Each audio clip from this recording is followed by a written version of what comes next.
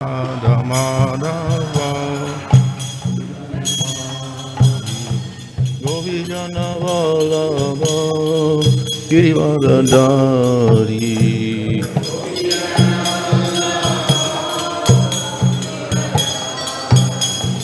Yasoda Nandana Brajajana Ranjana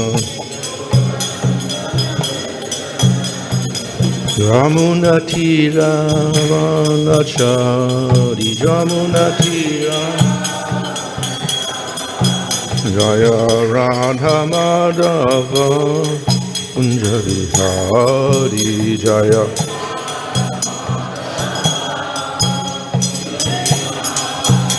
Hare Krishna Krishna Krishna Hare Hare Hare Rama Rama Rama Hare Hare Hare Krishna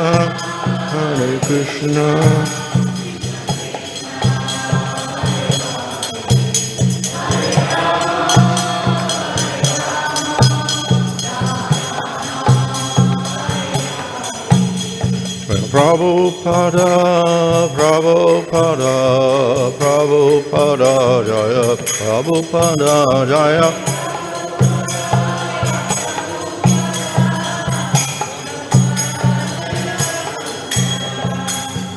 Jaya Vishnu-Bhagavatam mahā-rājam also AC Bhakti-Vedanta saṁśrāvayām Prabhupada ki jai Amacharya Thakur ki jai Prem Sagaho Sri Krishna Chaitanya Prabhu Nityananda Sri Radha Shri Gaur Bhakti-Vrinda ki jai Shri Sri Radha Krishna Gopakavita Shama Kunda Radha Kunda Giri Govardhan ki jai Shri Vrindavan Dham ki jai Davadap Dham ki jai Ganga Jamuna Tulsi Bhakti Devi ki jai Ananda Koti Vaishnava Vrinda ki jai Samavetta Bhakti Vrinda ki jai Go Premanandi All glories to some of the devotees, all glories to some of the devotees, all glories to some of the devotees, all glories to Sri Guru and Sri Gauranga, all glories to Srila Prabhupada.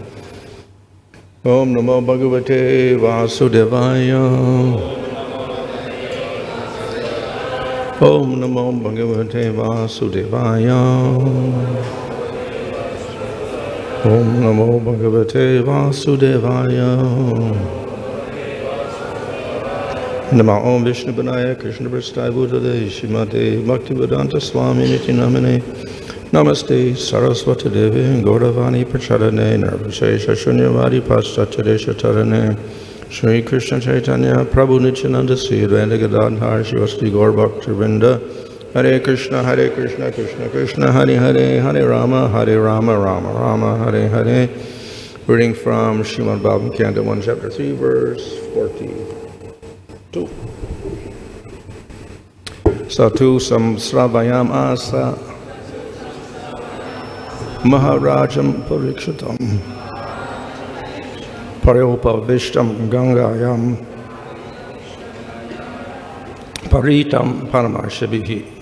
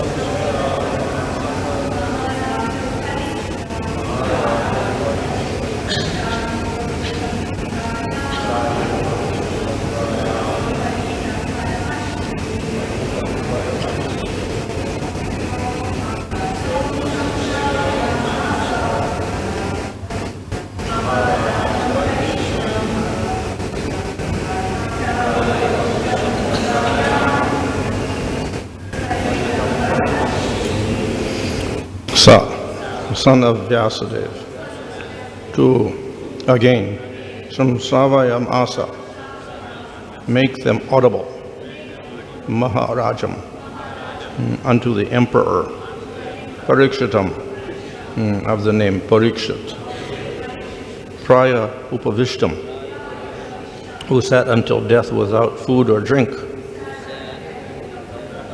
gaṅgāyāṁ, on the bank of the Ganges, parītam, being surrounded, paramarṣibhiḥ, by great sages. Translation: Śukadeva Gosvāmī, the son of Vyāsadeva, in his turn, delivered the Bhāgavatam to the great Emperor Parīkṣit, who sat surrounded by sages in the bank of the Ganges, awaiting death without taking food or drink.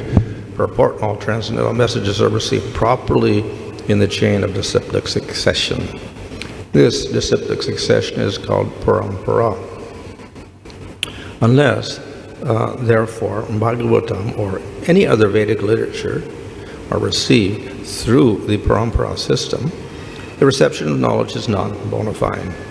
Vyāsadeva delivered the message to Śukadeva Gosvāmī. From Śukadeva Gosvāmī, Sūta Gosvāmī received the message.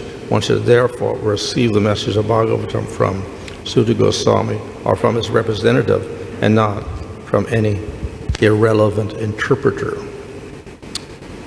Emperor Parīkṣit received the information of his death in time, and he at once left his kingdom and family and sat down on the bank of the Ganges to fast till death. All great sages, rishis, philosophers, mystics, etc. went there due to his imperial position. They offered many suggestions about his immediate duty, and at last it was said that he would hear from Śukadeva Gosvāmī about Lord Krishna. Thus the Bhagavatam was spoken to him. Śrīpad Shankaracharya, who preached Mayavada philosophy and stressed the impersonal feature of the Absolute, also recommended that one must take shelter at the lotus feet of Lord Sri Krishna, for there is no hope of gain from debating. Indirectly, Śrīpad Shankaracharya admitted that what he had preached in the flowery grammatical interpretation of the Vedanta Sutra could not help one at the time of death. At the critical hour of death, one must recite the name of Govinda. This is the recommendation of all great transcendentalists. Śukadeva Gosvāmī had long ago stated the same truth, that at the end, one must remember Narayan. That is the essence of all spiritual activities. In pursuance of this eternal truth, Srimad Bhagavatam was heard by Emperor Parīkṣit, and it was recited by the able Śukadeva Gosvāmī, and both the speaker and the receiver of the messages of Bhagavatam were duly delivered by the same medium.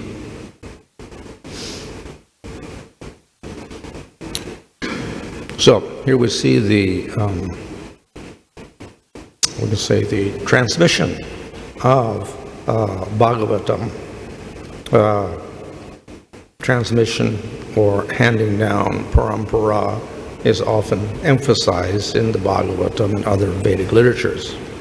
We'll see it at the very end of the Bhagavatam, 12th canto, in the very last chapters. Again, the whole history is related. Of course, it starts with Supreme Lord himself, speaking to Brahma, who speaks to Narada, who speaks to Vyasa, who speaks to Śukadeva, who speaks to Parīkṣit.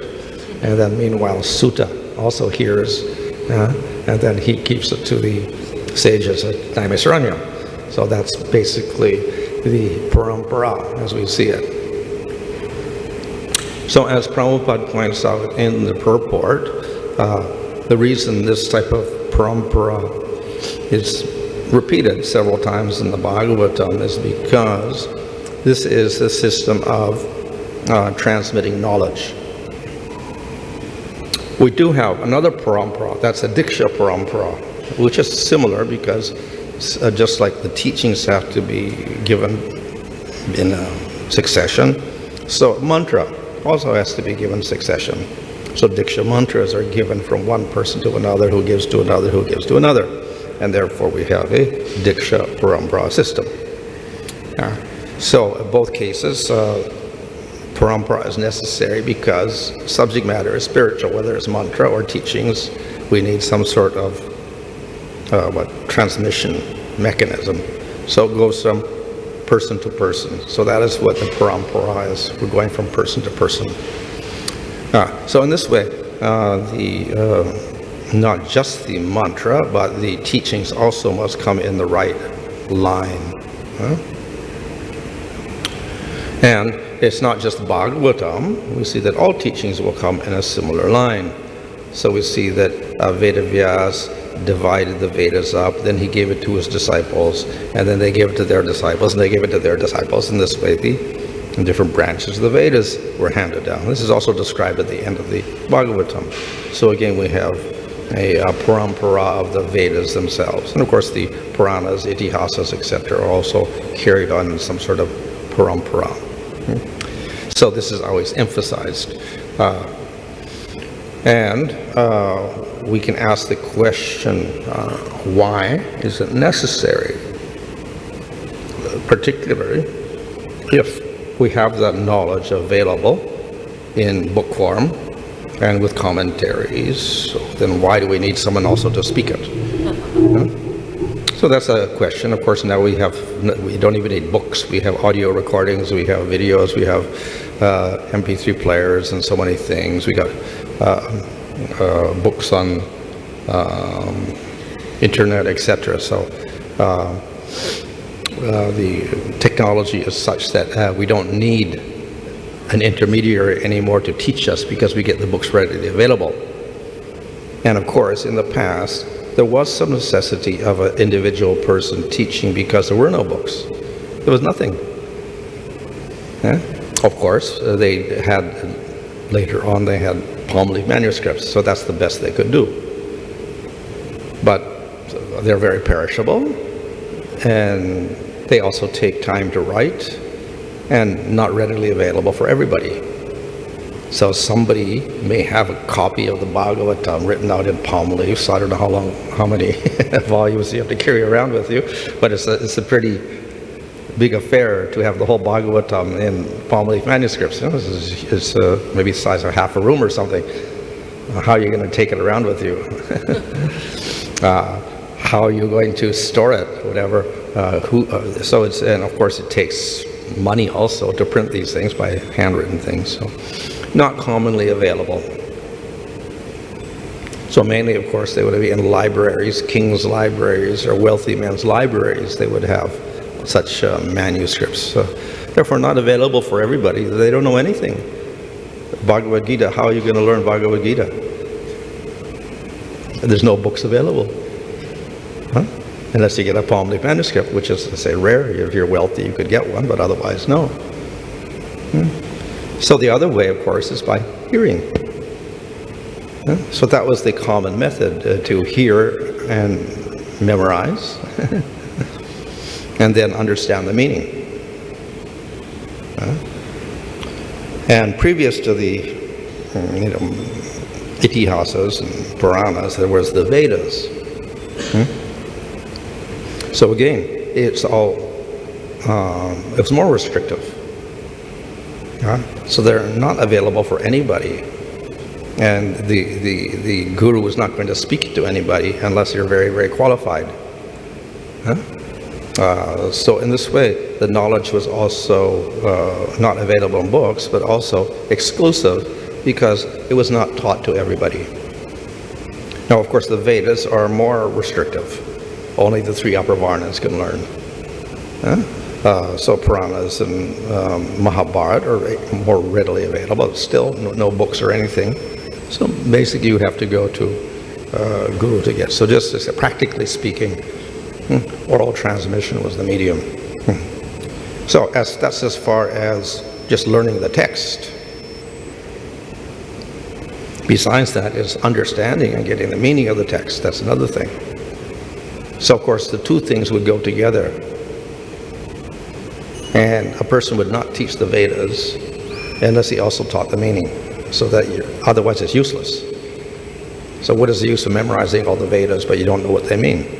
So you also have to know the meaning of the Vedic text and how to apply those mantras. in particular instances. So all that is to be taught also. So that again comes through the guru. So there's always an emphasis therefore upon the guru to teach, etc. So we have all these verses that, the guru is like God and you have to treat him like God, and through him you're going to get the revelation of the Vedas, etc. So that's more or less true, because there's no one else you could go to. And you're not going to get it from a book anyway. So you would have to go to a person to get that knowledge. But the important thing to realize here is the person who is teaching is also qualified, because he learned from a qualified person and he became authorized by that. So therefore, we have an authorized person teaching, not just he knows and he explains the meaning, but it's authorized meaning and coming down in paramarā. So this is some guarantee that the knowledge is transmitted correctly and with the correct meaning and application. We have a system for that reason. This paramarā is not a diksha paramarā, obviously. This is a shiksha paramarā. And this is the paramarā which is emphasized in the Upanishads. They are getting knowledge from another person who's not a diksha guru. Sometimes it's a king teaching some sage or something like that. So it's not a diksha guru, really. It's just a sage teaching another person, or the brahmacharis are learning from the teacher in the gurukul. Again, it's not the diksha guru, he's just the teacher. But in order to get the knowledge, they have to respect him like Supreme Lord, whatever, see him as non-different from the Lord. So that tradition of paramarā is emphasized, but as in this case also, it is a shiksha paramarā, not a diksha paramarā at all.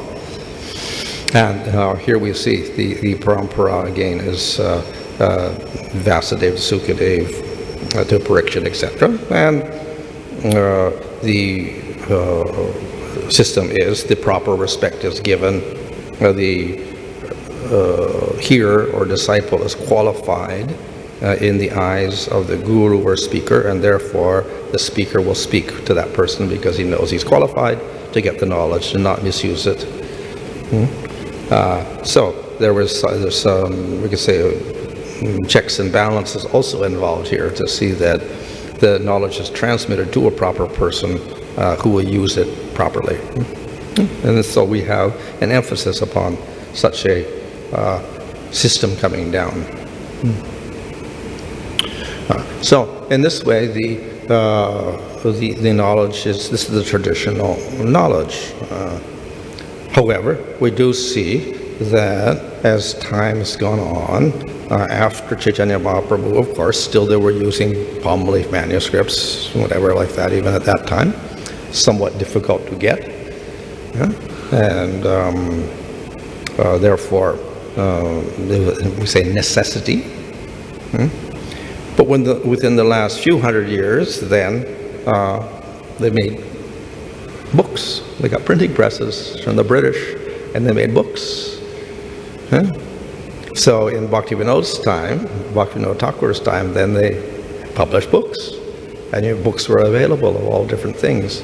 And Bhaktivinoda Thakur himself made great effort to publish a lot of these Vaishnava manuscripts, the Gaudiya ones particularly, but other things, even some Sri Vaishnava or Madhva scripts also, he published those things as well.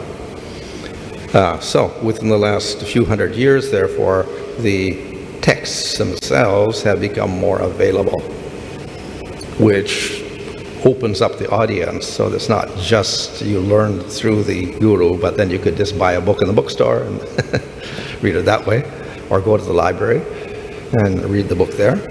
So then it's open, and there's no filtering process of going through a particular guru to get the information.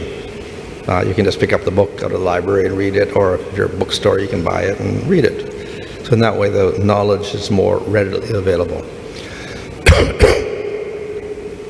So this would do away with the necessity of having that paramarā, because it's more available in that sense. So yes, in that sense, more available. But the other aspect, as I said, is not just only through the guru, because there were no books. So we have books that is more available, but still the meaning and the use has to be there. So that would come through a person teaching it. So in this way, not only we have book, but we still have the necessity of learning the actual meaning and getting the use of particular instructions there. So again, we do have a necessity of going to a particular person. So therefore, we do have another necessity of paramarā again. So,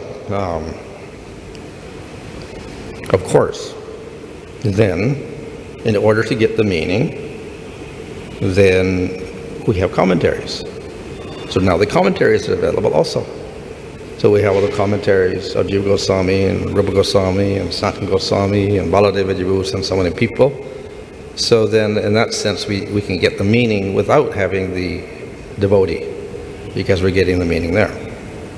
And that's also true. So things are more available now. But still, even if you read the commentaries, still you're going to have questions.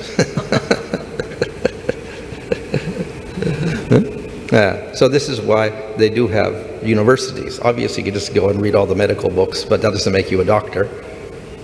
So you do need some teacher to point out the relevant things, and also things that are not in the books even, to give practical guidance, etc.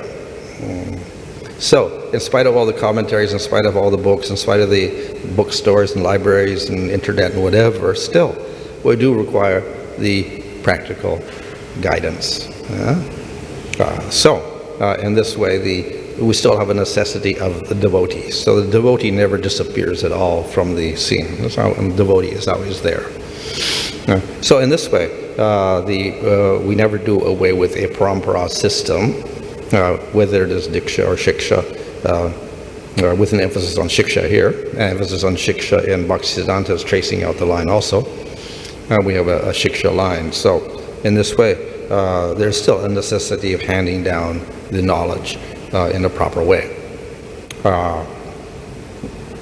Of course, then we have Srila Prabhupada's books. So then Srila Prabhupada's books are there as the authority for ISKCON. So if we have those books, do we need anyone else to teach us also? And we can say, well, everything is in the book, so we don't need anything. But then we do have problems because we read the books and then devotees have arguments about what does it mean? And what is the conclusion? So even if everything is made clear, of course the Goswamis try to do this also, but still there are things that are a little bit ambiguous that you have to argue over. So even with Prabhupada's book, as clear as possible, but still there are points that are controversial, and there's disagreements about it means this or it means that. And you could go on arguing forever. So in this way, there are always points that have to be discussed, elucidated, explained nicely according to tradition, scripture, realization, etc., and practicality in the modern world. So in this way, there's always a necessity of devotees to put things into practice. Which brings up a point, is that scripture is eternal, scripture is unchanging, truth is absolute, so we can't change anything in the scripture, and we shouldn't change the meaning, try to get the exact meaning. But time changes. So 500 years ago is not the same as now. 100 years ago is not the same as now. So the application of the teachings also changes to some degree. Now we can't say everything changes, because then there would be nothing left after a few generations. And so there are certain principles that never change, but some details are always going to change. So we have Nam Sankirtan as the process, so it doesn't change whether it's Lord Chaitanya's movement or now. And what is it? It means congregational chanting of the holy name. People get together and chant the holy name. Of course, Lord Chaitanya emphasized Hare Krishna mantra. Of course, we can use other mantras also. So actually, in Lord Chaitanya's time, they used many verses and words and names of the Lord, not just Hare Krishna. And you'll see many songs or just names of the Lord or whatever like that. So their kirtan was slightly different from our kirtan. And of course they use different tunes, different melodies, different ragas, etc. Usually very slow, classically oriented also. So that is quite different from what we have nowadays in the modern world. It's quite different. And of course, then we have modern world, we have different instruments, then we have microphones. They didn't have microphones then, so you have microphones. Then we have, all sorts of electronic media. So all sorts of different things available in the modern world. So then even Sankirtan itself, though it's the main process, it will also get altered due to the particular circumstances now. And what will happen in the next 100 years, we don't know. What type of mechanisms we'll have for communication might be quite different from what we have now. Because what was 20 years ago is not what is here now. 20 years ago, did they have Walkmans 20 years ago? Or was that 30 years ago, Walkmans? What is a Walkman? You know what a Walkman is? It's a little tape recorder like this. But they don't even have those cassette tape recorders on the market anymore. Well, then they switched to CDs or something after that, yeah? But now they don't even have CDs, I don't think. Now it's all like MP3s and things like this now. So that's happened in the last 20 years. So many advances in the last 20 years. So what happens in the next 10 years or 20 or 30 years, we don't know in terms of communications, whatever. Hard to figure out. So similarly, we have, now we have Zoom. They discovered Zoom. During COVID, they're forced to use Zoom. So now half of the classes are on Zoom. With the Bhakti Shastri is on Zoom. I think the deity worship course on Zoom. Everything on Zoom now. So you can have Arti on Zoom, and Janmashtami on Zoom, and classes on Zoom, whatever. Probably initiation on Zoom also. Initiation on Zoom. So things have changed in the last so many years. And so what's going to happen in the future, we don't know. But nevertheless, certain principles are there, and we follow those principles, but there's going to be some changes. And when the changes take place, we also have to make sure that we don't lose the essence of everything. Because that's always possible. So that is why there's a continuity through the person. So it is the people that, in spite of all the changes everywhere around, there is a constant because of the people. And what is the constant in the people? They are devotees. Because they are devotees, then the meaning that they give to the Bhāgavatam is bona fide. We take the meaning from the devotee, that is nectar. We take it from the materialist, it is poison. Same words, same verses, everything same, but a different effect, ultimately, because it's a devotee. So the devotee himself may change many things. But because of his position of being a devotee and his realization, etc., then certain things remain in the parampara, and they continue into the future, in spite of all the different changes. So therefore, the idea of a parampara is still valid in the modern world, in spite of the fact that necessity has decreased in one sense because of communications, books, availability of knowledge, etc. Still, the devotee is always necessary to some degree or other. Okay.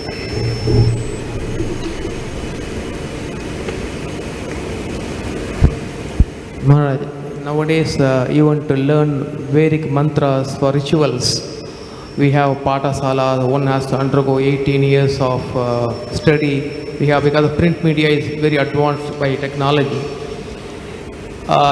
Even during Rama's time, Brahmanas were there, they were performing ritual. Even Krishna's time, Brahmanas were there performing ritual. They learned the Vedic mantra, which is a very, very vast study. But so the Brahmana's memory was very powerful than the modern Kali Yuga Brahmana, or the process of only hearing process was existing even during Dwapara Yuga. No, the hearing process of learning Vedic mantra during Dwapara Yuga, during Ramachandra rule, and even beginning of Kali Yuga, Krishna's rule, there is no print media. How the Brahmanas learned all the Vedic mantra rituals, which is a very vast subject. So the Brahmanas were more higher level than the Kali Yuga Brahmanas after Krishna's departure? Well, obviously people in Satya Yuga lived much longer lives also.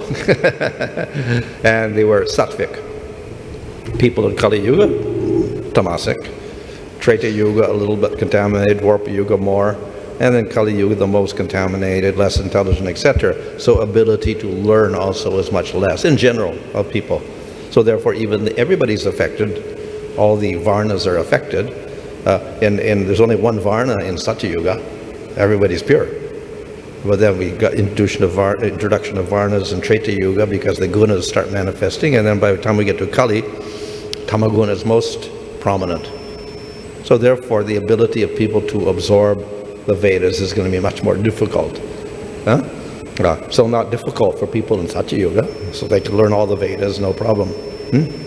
So now maybe it is a struggle to learn one Veda.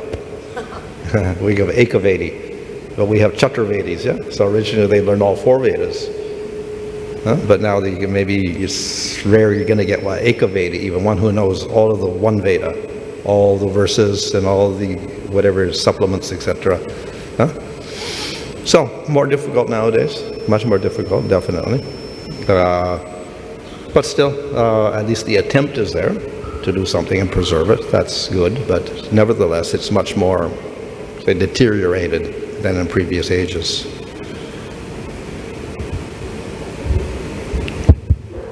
This is regarding the parampara. Like, see, in Chaitanya Charitamrita is explained that Sri Chaitanya Mahaprabhu was teaching to Rupa Gosvāmī and Sūta Gosvāmī and telling that, you write books on devotional life. Okay. So, but we see the teaching what Rupa Gosvāmī and Sūta Gosvāmī got from Sri Chaitanya Mahaprabhu, it was limited. But whereas when they teach others, that is unlimited through the books only. Then how can we understand that what they are giving, that is actually they have got from Chaitanya parampara, means Chaitanya Mahaprabhu? Because only few days only they stayed with Chaitanya Mahaprabhu only. How do we know? Yeah, how do you know? Oh, okay. So it is all based on faith. That's all. We don't know because we weren't there. We didn't hear what Lord Chaitanya told them or whatever. But it's a matter of faith not only for us, it's also a matter of faith of Chaitanya Mahaprabhu. Even if he didn't tell them everything, he had faith that they would write things which were proper. So he had faith in them. Of course, we could say Lord Chaitanya himself is Supreme Lord and he Goswamis are Nitya Siddha, so there's no problem anyway. Knowledge is going to be perfect. But based upon the faith, Lord Chaitanya had faith in them as good followers that they would expound the knowledge properly. Now, of course, there is a little safeguard there because they have to confine themselves to scripture. They don't concoct. So in other words, Lord Chaitanya wanted them to use scripture itself to expound Lord Chaitanya's teachings. So therefore, they do have to stick to the teachings. Of course, you could use Vedas, Upanishads, Brahma Sutra, etc., but most of it they stuck to Bhāgavatam because that's the authoritative work that Lord Chaitanya emphasized. So therefore, they concentrate on Bhāgavatam and then giving the meaning of Bhāgavatam. And then they're supposed to explain it according to Lord Chaitanya's teachings. Which isn't difficult because we can say you take the direct meaning as much as possible. Where there's contradictions, then you resolve it, etc. So for Bhagavatam, not so difficult because we do know that the ultimate essence is worship Krishna and process of bhakti yoga and prema, so it's not so difficult. A question regarding this Srila Prabhupada. I think Prabhupada also made a statement that everything is there in my book. Everything is there in my book. It's also, I think Prabhupada also made a statement. But now see, even in the book also there is a contradictory statement. And so now, suppose now that how to take that contradictory statement, because the person who are explaining this contradictory statement, and how can you say they are right? Because different people are explain the same contradicting in different way. So it is not confusion over confusion now. So it depends. The contradictions in scripture itself, like in Bhāgavatam, they get resolved by the Gosvāmīs, basically. So that there is no contradiction ultimately. It looks like a contradiction and there is no contradiction. And they will also do that to some degree with Upanishads. So they will explain that Brahman does not just mean impersonal Brahman, like in Brahma Sutras, it means Krishna. So in this way they explain that, which is not just the Gosvāmīs, even Nimbarka says the same thing. So a lot of the contradiction in scripture itself will be resolved by the acharyas of different sampradayas. There may be contradictions of conclusions between different sampradayas on details. Principles, no. Details, maybe they will have some minor things. So those are subject to, let's say, debate or whatever among Vaishnavas, but not really so important. Then the contradictions you're speaking are what contradictions were in Prabhupada's books? In ISKCON we have many gurus. They explain the contradictory subject matter from the Srila Prabhupada and they are giving their own opinion. Okay. And one is contradictory to others. Yeah. So, yes, we can emphasize one thing or we emphasize the other thing. Prabhupada said this or Prabhupada said that. Prabhupada said both things. So, therefore, you can't say one is better than the other, unless Prabhupada conclusively says that in one place. Just like all bhakti is good, but then we also say that Nam Sankirtan is most prominent, and it's obvious by context, ultimately. But then Prabhupada will often say, do this or do that, and whatever. Some of it is resolved by intelligent scrutiny of the context. So we can't just take isolated statements. Others, maybe because they are details, then again, you may not be able to resolve it. Because Prabhupada may have changed his mind. He makes one statement in 1965, another in 70, and another in 75. And there may be all three different statements. So it may be he changed his mind. But is the last one the conclusive one or not? Maybe he changed his mind 1 year later, but he didn't say it. So sometimes we don't know in certain cases. So these are not usually statements of tattva so much as policy statements or particular emphasis, that's all, more than things based on scripture. So some things we can look at the context very closely, and then we may discard one or at least give equal emphasis to both. Other things we may not resolve on our own, we don't know. It's difficult to say. So,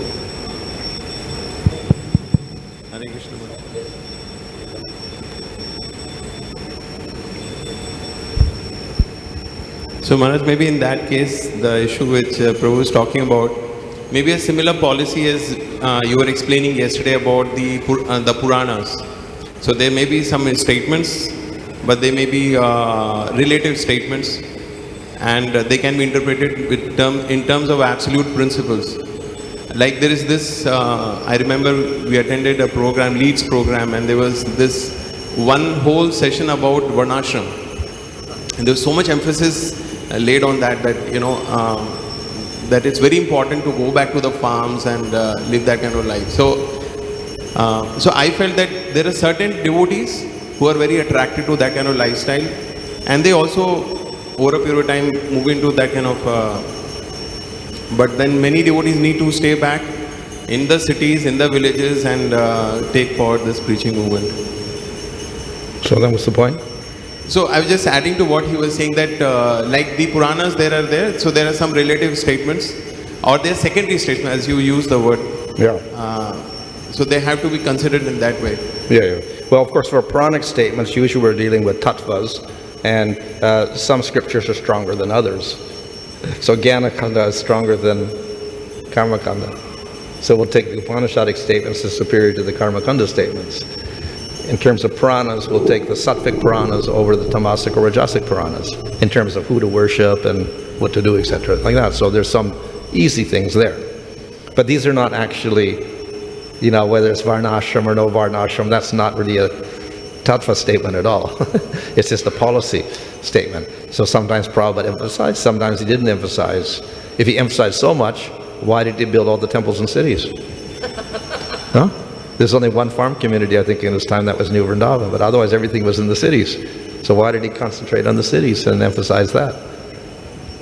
So that's one thing you could say that, yeah, he talked about it a lot, but he actually didn't do that in many places.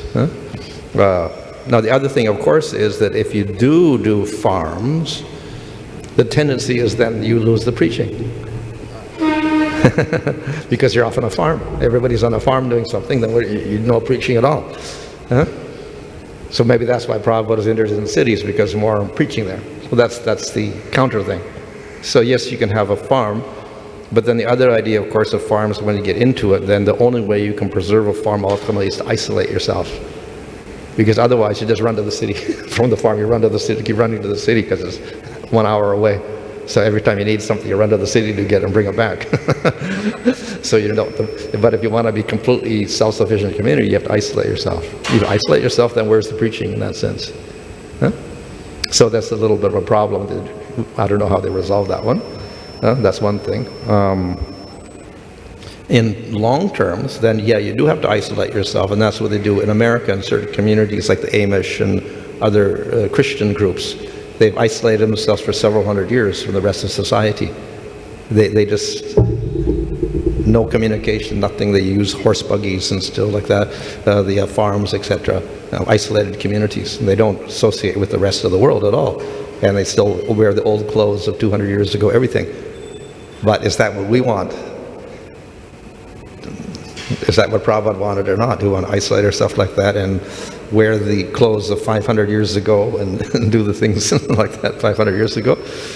We have to ask serious questions like that. So, otherwise, if you do have a community, then how do you keep it going without getting too much influenced by the city? That would be another problem that you have to solve somehow, which I don't know if they've solved at all, like that. And Maharaj, you were talking about how Zoom and the new technology in Zoom is changing things. But recently there was a research where the scientists studied the movement of the eye, and they had put an EEG on the head, and these people were interacting over Zoom, and then they had in-person interaction. So they saw that when there was an in-person interaction, there was much deeper stimulation of the brain. Oh yeah. Compared to what was happening on Zoom. Oh yeah. So yeah, electronic media, etc. is there, but again, we could say it can't replace personal interaction. So that's just like maybe a neurological proof that your brain is not so activated by this non-personal thing. Something can happen, definitely. You can accomplish something, but maybe not everything that way. So then you do need the personal interaction also. Yeah, that's just a nice proof of that. And Maharaj, our experience also is that, yes, some amount of knowledge can be transferred. Of course, another thing you could say that even lectures or whatever on Zoom are not so effective as personal lectures. That would be the conclusion. So that's all of Prabhupada's lectures also. Are they potent or not? That would be a controversial question to ask. And of course, obviously, if Prabhupada is here in person, you would prefer to hear him in person rather than to hear a lecture or videotape, obviously. So there is a personal presence there also that is not, available through the audio or whatever, audio or audio-visual, etc.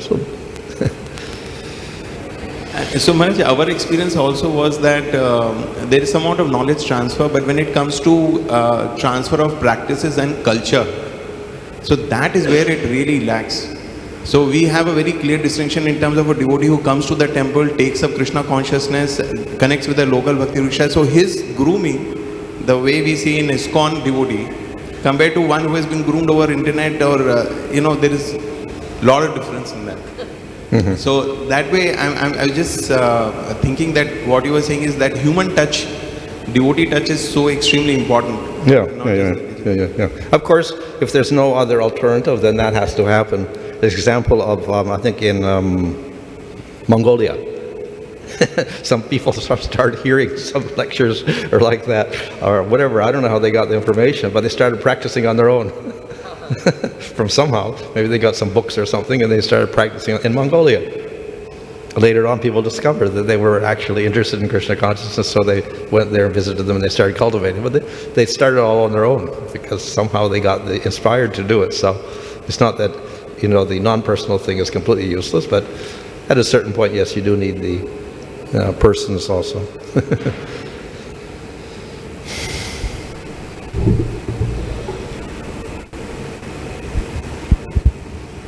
Hare Krishna Maharaj. Maharaj, Mahaprabhu gave Hare Krishna Mahamantra 500 years back after his appearance. What people were chanting the mantras before that? What were they chanting? What people were chanting before appearance of Mahaprabhu during this Kali Yuga?